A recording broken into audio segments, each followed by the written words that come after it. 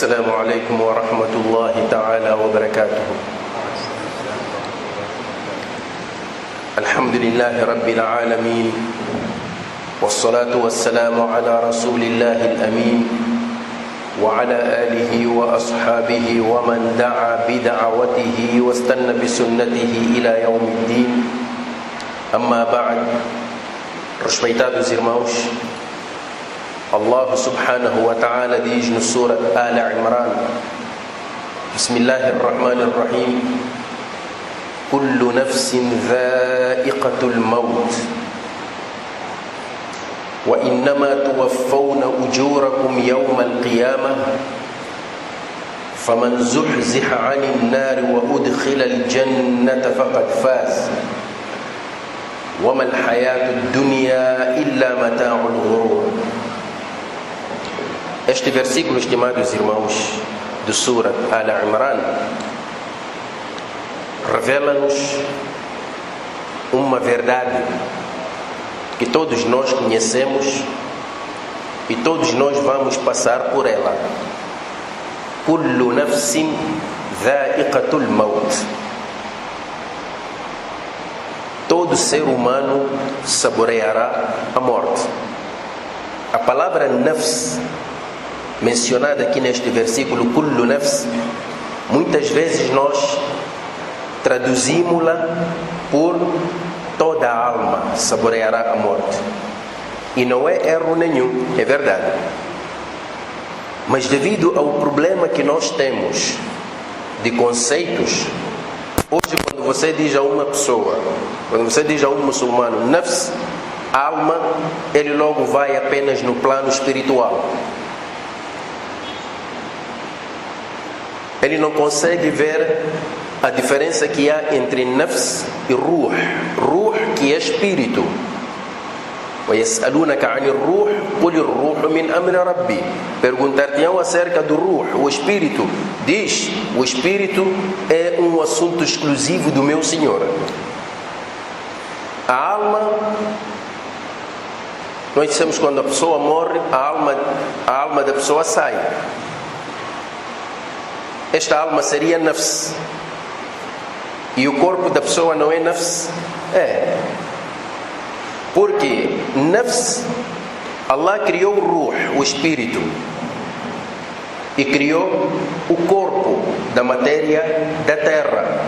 Por isso nós, para desenvolvermos o corpo, comemos daquilo que a terra produz, por ordem de Allah. Quando estamos doentes, onde é que vamos buscar os nossos medicamentos? Da terra. Porque o corpo vem da terra. Portanto, existe o ruh, que é o espírito, e existe também o jasad, que é o corpo. Portanto, o ruh seria aquela centelha divina que Allah criou. Então, em algum momento, Allah subhanahu wa ta'ala permite a conexão entre o ruh e o corpo. Junta-se. É aí que dissemos que este é um ser vivo. Portanto, esta junção do ruh e do corpo origina uma unidade, uma entidade que é o ser humano, essa é que é nafs. Portanto, nafs é a junção do espírito com o corpo. Gera o nafs. É isso que nós chamamos de alma. Alma refere-se o quê? A própria pessoa. No momento da morte, há separação do ruh e do corpo. O corpo volta para a sua origem, a alma, que é o espírito, vai. Mas em algum momento, tanto o Corão como o Sunnah usa os mesmos termos. Ruh para se referir ao nafs e o nafs para se referir ao ruh. Por quê? Porque depois desta junção e a separação que ocorre na morte,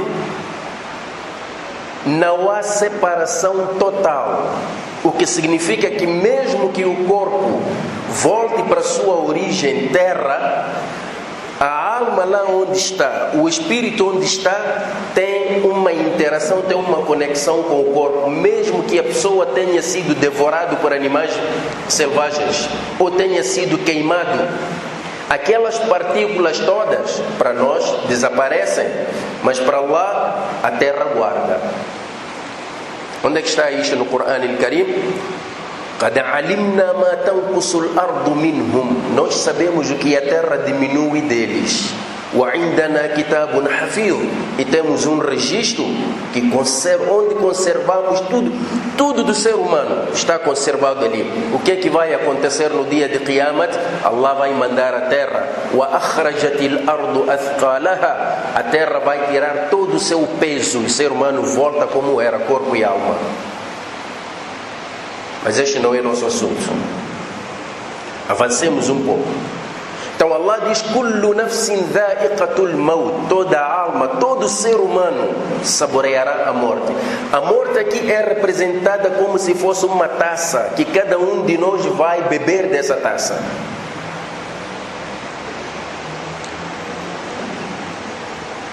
Aqui algumas pessoas podem pensar assim: ser humano é ser humano. Bom, há como evitar a morte. Se todos nós vamos saborear a morte, eu posso negar, posso fugir. Então Allah dá-nos uma resposta direta e imediata. Diz: قُلْ إِنَّ الْمَوْتَ الَّذِي تَفِرُّونَ مِنْهُ. Diz: a morte da qual fugis, vocês que procuram fugir da morte, saibam de uma realidade. Como é que a morte aparece? فَإِنَّهُ مُلَاقِيكُمْ. Saibam que a morte virá ao vosso encontro. Quer dizer, quando você foge da morte, na verdade você vai ao encontro da morte. Por isso não há escapatória nenhuma. Estimados irmãos, esta é uma realidade. Todos nós morremos. Todos nós vamos saborear a morte. Como é que vai chegar esta morte? Allah subhanahu wa ta'ala criou todos os seres e deu a cada ser um tempo determinado, limitado, definido para viver. São 30 anos, 40 anos. Há outros que nem tempo têm, só passam por este mundo, nascem mortos, são os nascituros. Outros vivem apenas horas, outros semanas, outros dias, outros meses, anos. Mas não vai mais além de anos. O Nabi ﷺ dizia: A'maru ummati ma bayna 60 wa 70. A idade do meu povo varia entre os 60 e 70 anos. Se a pessoa ultrapassar esta fase dos 70 anos, são poucos que chegam lá para além dos 70 anos. E quando ultrapassa esta fase dos 70 anos, é um cidadão mais do Akhira do que do Dunya. Então, estimados irmãos, Allah deu a cada um de nós um tempo limitado para viver. Cada dia que passa é uma parte do nosso tempo que vai. Se Allah deu-te 30 anos, cada segundo que passa, cada minuto que passa, cada hora que passa, cada dia, cada semana, cada mês, cada ano está a te consumir. É por isso que algumas pessoas, quando definiram o ser humano na forma mais breve da definição, disseram que o ser humano é apenas o tempo. Quanto mais o tempo passa, o tempo vai te consumindo. Você está a caminhar para lá. As pessoas que não compreendem esta realidade, quanto mais diminuem no tempo, mais festejam. As pessoas fazem festas. Meu filho vai completar mais um ano de vida. Dizemos assim: meu irmão, estás muito errado. Não está a completar, está a diminuir. Daí que eu não consigo compreender onde é que os seres humanos encontram tanta alegria para festejar. Festejar o quê? Porque está a diminuir. Você, quando tem dinheiro no banco e diariamente vais tirar, vais festejar? O dinheiro vai acabar. Mas o teu dinheiro agora não é este dinheiro que nós conhecemos. O teu dinheiro agora é o tempo. Cada momento que passa leva parte de ti e não volta mais. Quando chega aquela hora, Allah subhanahu wa ta'ala, o que é que diz? فَإِذَا جَاءَ أَجَلُهُمْ لَا يَسْتَأْخِرُونَ سَاعَةً وَلَا يَسْتَقْدِمُونَ. quando chega a hora de cada um de vós, não lhe será acrescentado nem mais um momento, nem lhe será diminuído nem mais um momento. Então, a cada dia que passa, nós estamos a caminhar a largos passos para o outro lado. Então, vamos caminhando até chegar aos últimos momentos. Os últimos momentos, estimados irmãos, na linguagem do Coran, na linguagem do Sunnah, na linguagem do Islã, chama-se Sa'atul Ihtidar. Um momento de Ihtidar. Ihtidar, se perguntarem qualquer árabe o que é que significa Ihtidar ou Muhtadir, esta palavra traduzida para o português significa moribundo. Bom, às vezes a nossa língua é tão pobre que não consegue abarcar tudo aquilo que o Sharia quer nos transmitir. Por isso mesmo, deixa-me trocar isto em 500. Ihtidar, estimados irmãos, deriva do termo hudur, presença. O árabe, quando diz hadartu, cheguei, ele está presente. Ihtidar é presença. No momento da morte, qual é a presença? Há várias presenças no momento da morte. Primeiro é a tua própria presença naquele momento em que você deve morrer. Não há como escapar desse momento. Ninguém vai poder faltar a esse encontro. Por isso chama-se ihtidar. Naquele momento você terá a presença de outras criaturas. Malakul Maut e a sua comitiva estão presentes. Por isso chama-se ihtidar. Muhtadir é aquele que está presente e a receber a presença de outras criaturas. Quando este momento chega, estimados irmãos, chama-se a fase terminal. Quando a morte é iminente, o que é que acontece? O ser humano começa a sofrer alterações. Alterações no plano físico, alterações no plano espiritual. No plano físico, hoje, a ciência da medicina já nos revela muitos desses casos, porque eles conseguem acompanhar essa fase. As alterações físicas que acontecem, estimados irmãos, os médicos, quando querem detectar se a pessoa está na fase terminal, olham para os seus olhos, porque nós, dentro dos nossos olhos, temos esta parte preta, tem o seu nome científico, a pupila começa a dilatar, é um dos sinais. A pessoa começa a sentir dificuldades de respiração. Chega a uma fase, entra numa verdadeira aflição, agonia. Já não come, já não respira devidamente, todo o corpo lhe dói. Esta parte nós conseguimos ver. Mas há outra coisa que acontece. Dentro do seu cérebro, principalmente nas partes responsáveis pela visão, começam a acelerar uma intensa atividade.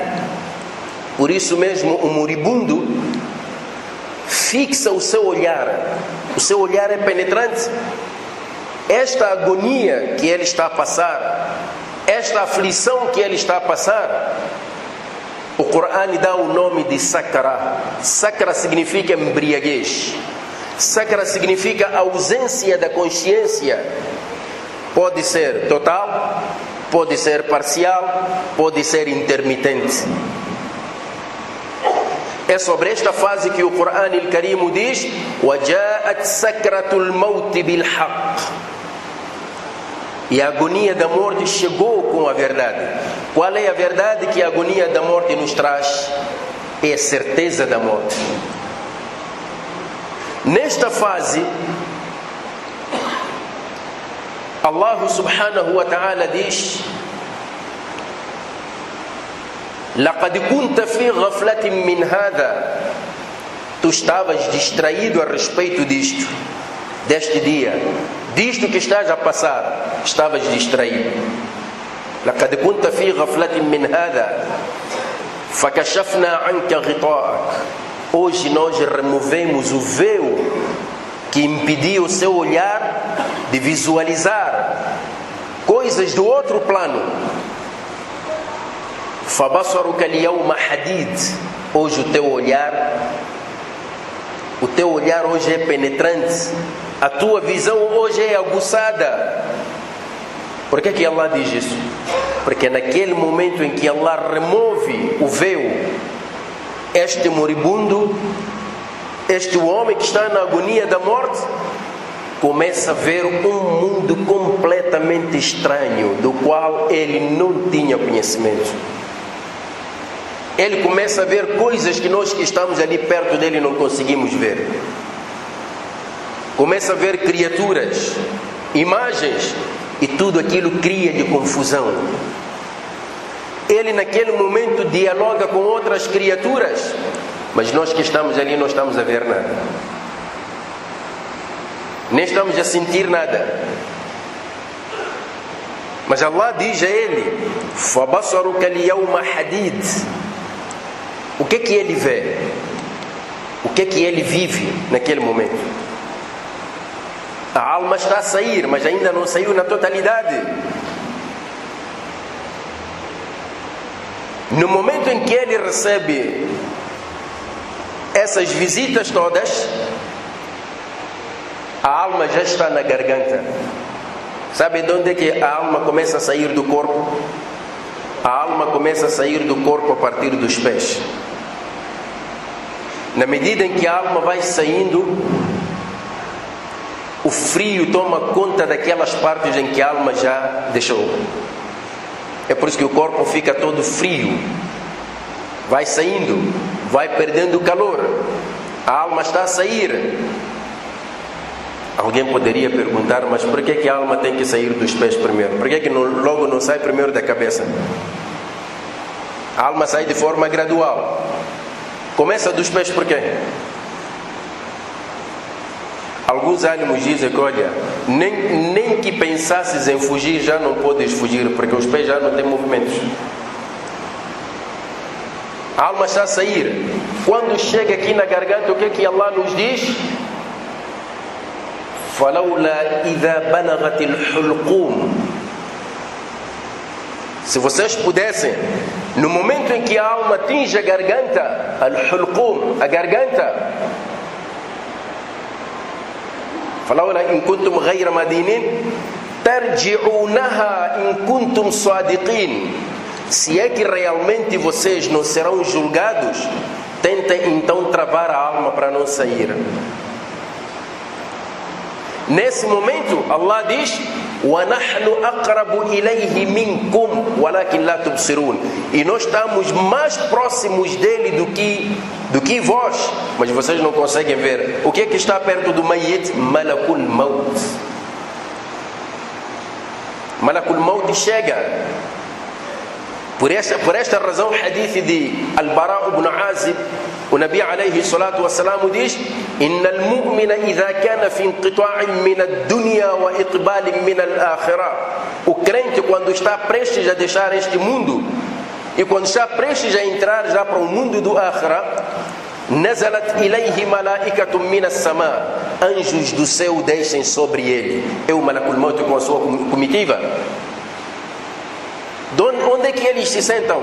فَيَجْلِسُوا مِنْهُ مَدَّ الْبَصَرِ. Então eles chegam e sentam a uma distância do seu olhar. O moribundo está a ver, a alma ainda não saiu na totalidade, mas ele está a olhar para os anjos. Nós que estamos ali não conseguimos ver. Quando eles sentam a uma distância do seu olhar, ثُمَّ يَجِئُ مَلَكُ الْمَوْتِ. Depois Malakul Maut avança, chega até perto dele. Onde é que senta? فَيَجْلِسُ عِنْدَ رَأْسِهِ. E senta exatamente do lado da cabeça do Mayyit, do moribundo. Mas nós estamos ali, só estamos a ver o homem a movimentar-se, não consegue falar, porque a boca já não pode falar, não consegue reclamar, nem consegue falar sobre aquilo que está a ver. Ele só está a mexer os olhos. É nessa fase que as pessoas começam a dizer: olha, fulano já está na fase terminal. Qual é a tua prova? A prova é que ele já está a delirar, já não diz coisa com coisa. Ele não está a delirar, ele está a ver coisas, quer falar, mas não consegue. E todos nós vamos passar por isso. Chega o Malakul Maut e senta ao lado da sua cabeça. A alma ainda está na garganta. Estimados irmãos, nós que estamos ao redor do Mayit, temos alguma coisa a fazer para ajudar? Com certeza, todos nós gostaríamos naquele momento, se pudéssemos fazer algo para ajudar o nosso parente. Existe alguma coisa que nós possamos fazer para ajudar? Naturalmente, não vamos conseguir travar a morte, não vamos conseguir impedir Malakul Maut de fazer o seu trabalho, mas há uma coisa que nós podemos fazer. E o Islã nos ensina isso. E as famílias devem aprender isto. O que é que nós temos que fazer naquele momento? Os que estão ao redor do Mayit devem pedir suavemente a ele: fulano, diga la ilaha illallah. De forma suave, até ele ouvir a palavra e pronunciar la ilaha illallah Muhammadur Rasulullah. Nós vamos ajudando. Esta é uma das coisas que nós temos que fazer. A outra coisa que nós podemos fazer naquele momento para aliviar a sua dor, aliviar a sua agonia, é recitar Surat Yasin, é recitar Surat Ar-Ra'd, o trovão. Por que estes dois surats, estimados irmãos? Porque nestes dois surats há referências sobre a morte, há referências sobre a ressurreição, há referências sobre as boas novas que esperam os crentes. Então a alma, quando começa já a viver este ambiente, começa a ouvir estes versículos todos, é nesse momento que Malakul Maut diz para o crente: Ya ayyatuhan nafsul mutmainna, ó tu alma tranquila, irji'i ila rabbik, volta para o seu Senhor, radiyatan mardiya, feliz, satisfeita, fadkhuli fi ibadi wadkhuli jannati, vá, entra na congregação dos meus servos, entra no meu paraíso. Aqui a recitação deste surat facilita a saída da alma. Por isso mesmo o Nabi sallallahu alaihi wa sallam no hadith diz: Iqra'u Yasin ala mautakum, recitem Surat Yasin para os vossos moribundos. Aqui vou aproveitar para corrigir um equívoco, um erro que todos nós cometemos. E desde já temos que aprender. O muçulmano, quando pratica uma coisa e depois descobre que estava errado, não pode ensaiar para mudar. Vá buscar logo a verdade e siga. Não podes te apegar: não, mas eu habituei, porque a minha família é a nossa tradição. Deixa essas coisas. Isso não é digno de um crente que acredita em Allah e no seu mensageiro. Você não está... Quando você é muçulmano, não por causa da tua família, você é muçulmano porque você crê em Allah, você crê no mensageiro de Allah. Agora você está a descobrir que isto que eu vinha fazendo está errado. Para mudar, começa a ensaiar. É vergonhoso isso. Aqui vou aproveitar e corrigir um erro. Nós temos o hábito nas nossas famílias, quando alguém morre, depois de morrer, já morreu, a alma já saiu, é quando as pessoas sentam para ler Surat Yasin. Começam a distribuir, cada um tem que ler 40 Yasins. Ou já até põe feijão para contar. Leu um Yasin, colocou feijão aqui. Leu um Yasin, colocou feijão aqui. Feijão não é para essas coisas, é para comer. Feijão não é para contar Yasin, é para pôr a cozer, comer. Sabem por quê? Isto é um erro que nós estamos ainda a defender até hoje. Quando o Nabi sallallahu alaihi wa sallam disse: Iqra'u Yasin ala mautakum, leiam Surat Yasin para os vossos moribundos, a palavra mautakum, que significa mortos, não se refere àquela pessoa que já morreu definitivamente. Refere-se ao moribundo que a sua alma está a sair, ainda tem vida. E a razão disso é que Surat Yasin facilita a saída da alma. Você foi ler Yasin depois de morrer, qual é a alma que vai sair? O Nabi está a dizer, leia Yasin. A alma ouve e assim sai com facilidade. Você diz que não, agora não vou ler, vou esperar primeiro a alma sair, depois vou ler. Qual é a alma que... A não ser que tenha duas almas. Portanto, estimados irmãos, a partir de hoje, deixem essas práticas. Surat Yasin lê-se para um moribundo, não é para a pessoa que já morreu. Não vamos aqui agora com histórias, porque é tradição, aprendemos assim, está errado. Está errado. Quem tiver a prova de que assim lê-se para um mayyit, por favor que traga. Então, estimados irmãos, aqui lê-se Surat Yasin, Surat Ar-Ra'd. Então, a alma está a ouvir tudo aquilo. Aquilo ajuda a desanuviar e a aliviar e a confortar a alma naquele momento terrível. Porque ele está a ver outras criaturas. E naquele momento o Shaitã também intensifica a sua batalha contra o ser humano. Conta-se que Imam Ahmad ibn Hanbal, quando estava na agonia da morte, o seu filho Abdullah dizia: pai, diga la ilaha illallah. E ele dizia: laysa ba'd, ainda não, laysa ba'd, ainda não. Quando ele recuperou os sentidos, perguntou o que é que estavam a dizer. O filho disse: pai, eu estava a pedir para o Senhor dizer la ilaha illallah, e o Senhor sempre repetia laysa ba'd, ainda não, ainda não. Ele disse que, olha, eu não estava a responder a ti, estava a responder ao Shaitã, estava aqui comigo, a morder os dedos, a dizer: futani ya Ahmad, oh Ahmad, já me escapaste? E eu dizia: laysa ba'd, ainda não te escapei até que eu morra. Estava a responder o Shaitã. É por isso que quando a pessoa está na agonia da morte, o Shaitã diz para os seus companheiros: alaykum bihada, tomem conta dele. فَإِنَّهُ إِنْ فَاتَكُمُ الْآنَ فَلَنْ تُدْرِكُوهُ أَبَدًا. Se ele vos escapar agora, vocês nunca mais vão encontrar ele, você vai entrar no Jannat. É por isso que o Mayyit neste momento está numa verdadeira agonia, Sakratul Maut. É por isso mesmo que o Islã nos ensina a recitar Yasin, para afugentar os shaitãs naquele momento,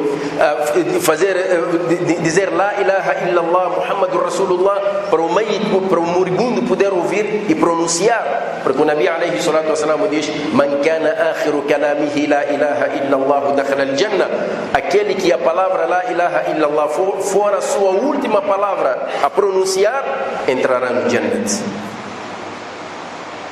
Estimados irmãos, nós todos vamos passar por isto.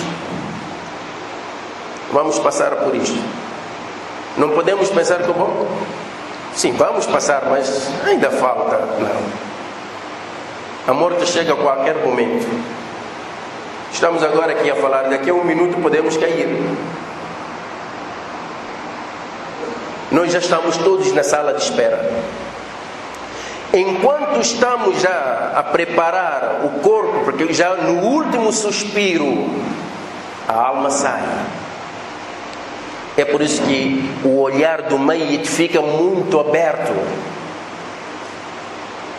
E aí tapamos, fechamos os seus olhos, a alma sai.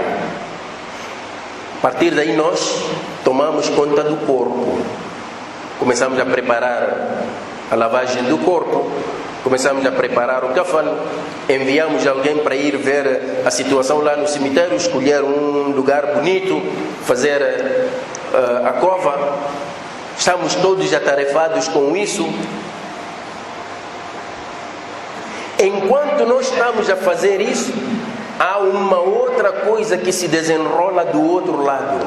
Naquele momento que a alma sai, o Malakul Maut carrega, coloca na sua mão, e os anjos que vieram com ele correm ao encontro do Malakul Maut e tomam a alma, não deixam nem tão pouco nas mãos do Malakul Maut, porque eles já vinham também com o kafan do Jannat, com os perfumes do Jannat.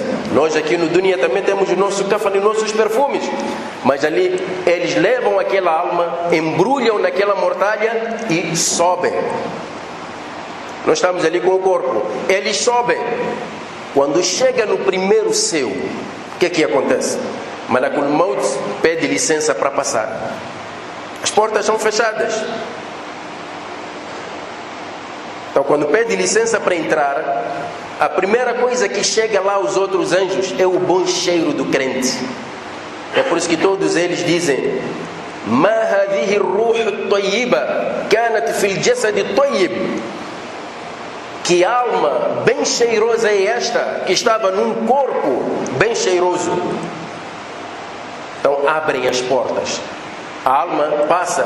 Malakul Maut responde: é fulano, filho de fulano, o seu melhor nome.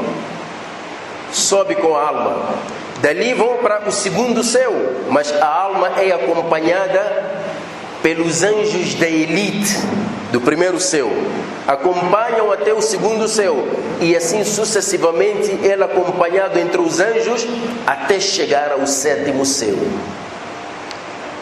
Nós estamos ainda aqui a preparar o corpo. Quando chega no sétimo céu, ouve-se uma voz da parte de Allah subhanahu wa ta'ala, a ordenar aos anjos: Uktubu kitaba abdi fi illiyin. Registre o meu servo no registro daqueles que têm os graus mais elevados. Thumma a'iduhu fil ard. Depois devolvam-no para a terra. Li'anni minha khalaqtuhum. Porque eu da terra os criei. Wa fiha u'iduhum. E para a terra retornarão. Wa minha ukhrijuhum taratan ukhra. E da terra serão novamente ressuscitados.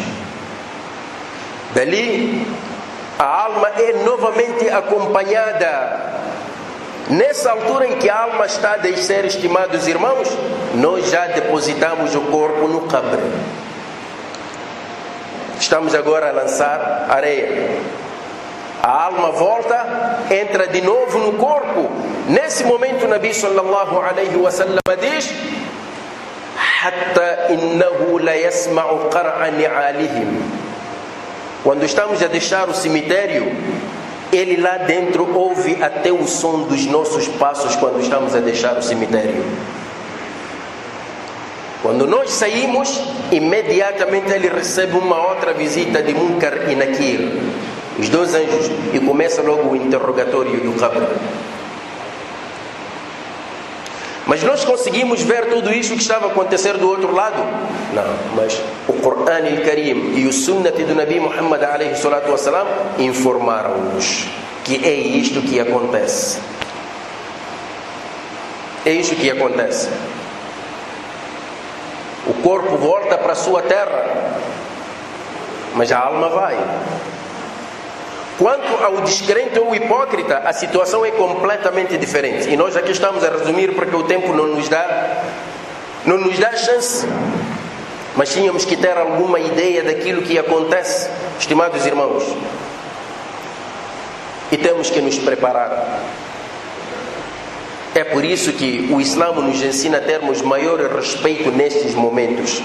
Infelizmente, estamos noutros tempos onde a sensibilidade do imã já desapareceu. As pessoas não é que deixaram de ter imã, tem. Não é que deixaram de ter conhecimento, tem. Mas tornaram-se insensíveis. No tempo do Nabi sallallahu alaihi wasallam, quando levasse o janaza para o cemitério, como diz Al-Bara ibn Azib, quando foram levar um ansar para o cemitério, diz que o Nabi veio, sentou e nós sentamos ao redor do Nabi alayhi salatu wassalam. Diz: وَكَأَنَّ عَلَى رُؤُوسِنَا الطَّيْرِ. Até parecia que os pássaros estavam nas nossas cabeças. Isto é uma figura, estimados irmãos. É figura de estilo. O que é que ele queria dizer? Queria dizer que nós estávamos tão calmos, com os rostos voltados para o chão, ninguém falava.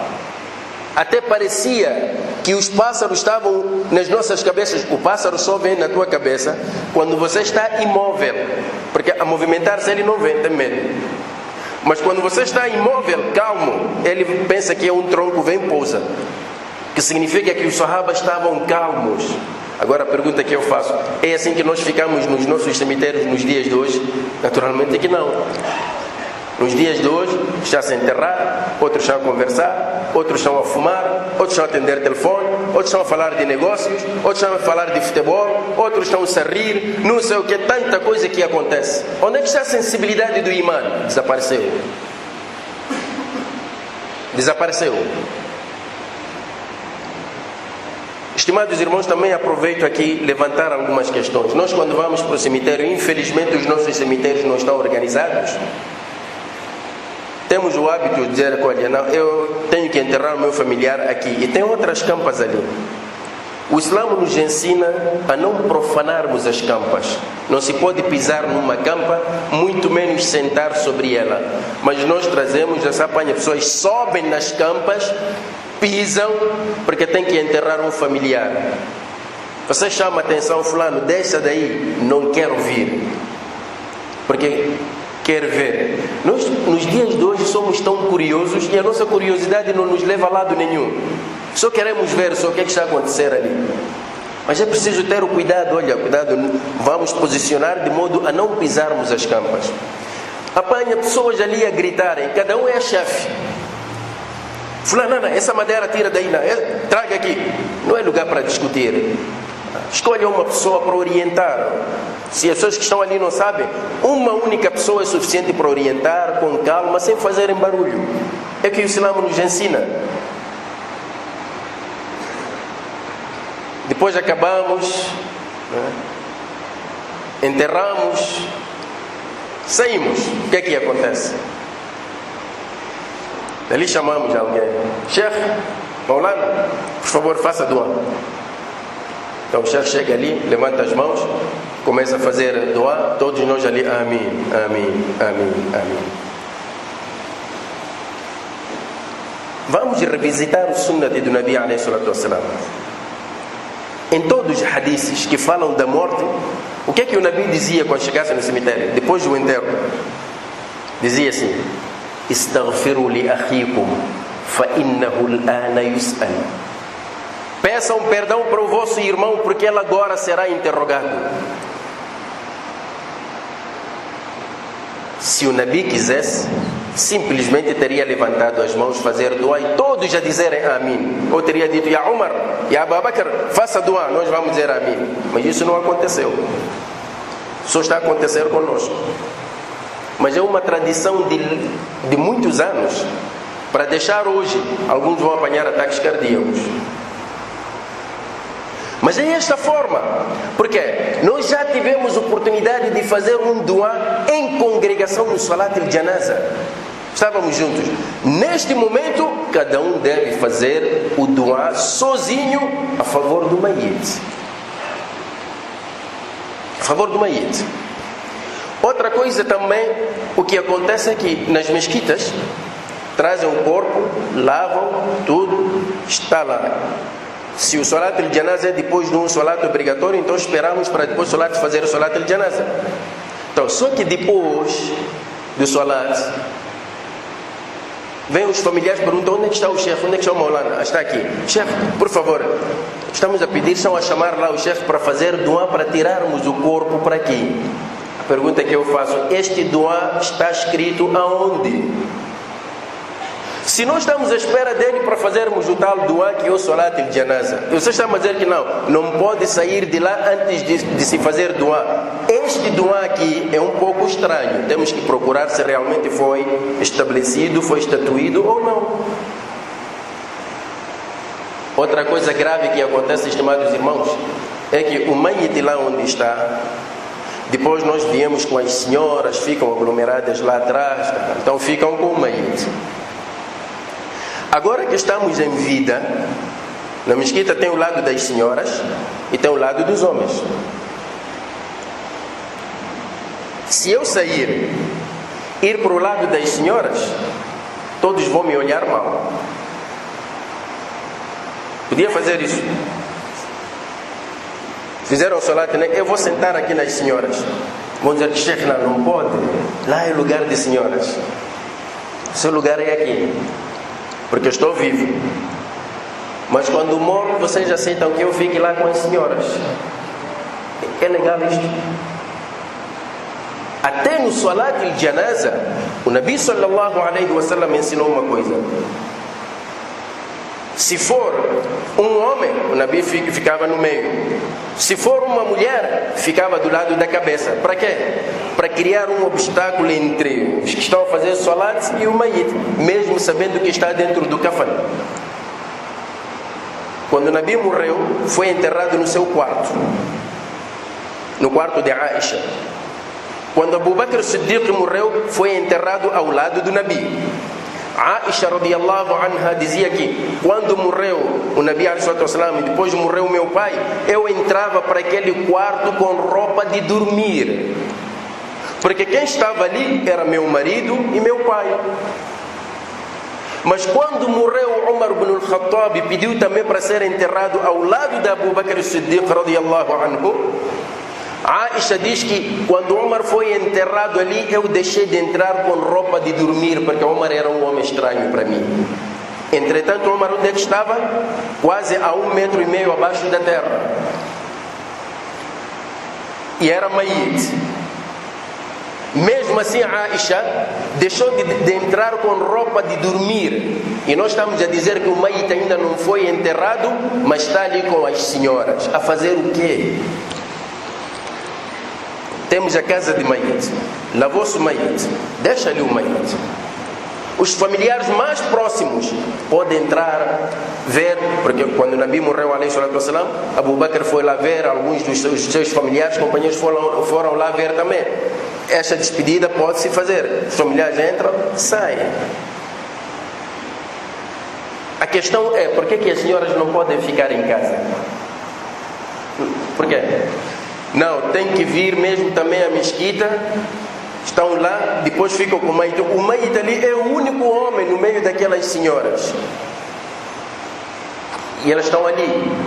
Mas eu aposto que se naquele momento Allah lhe desse vida e levantasse, as senhoras diriam: senhor, não tem vergonha, é o homem está aqui no meio de senhora, sai daqui. Mas como é mayit, deixam.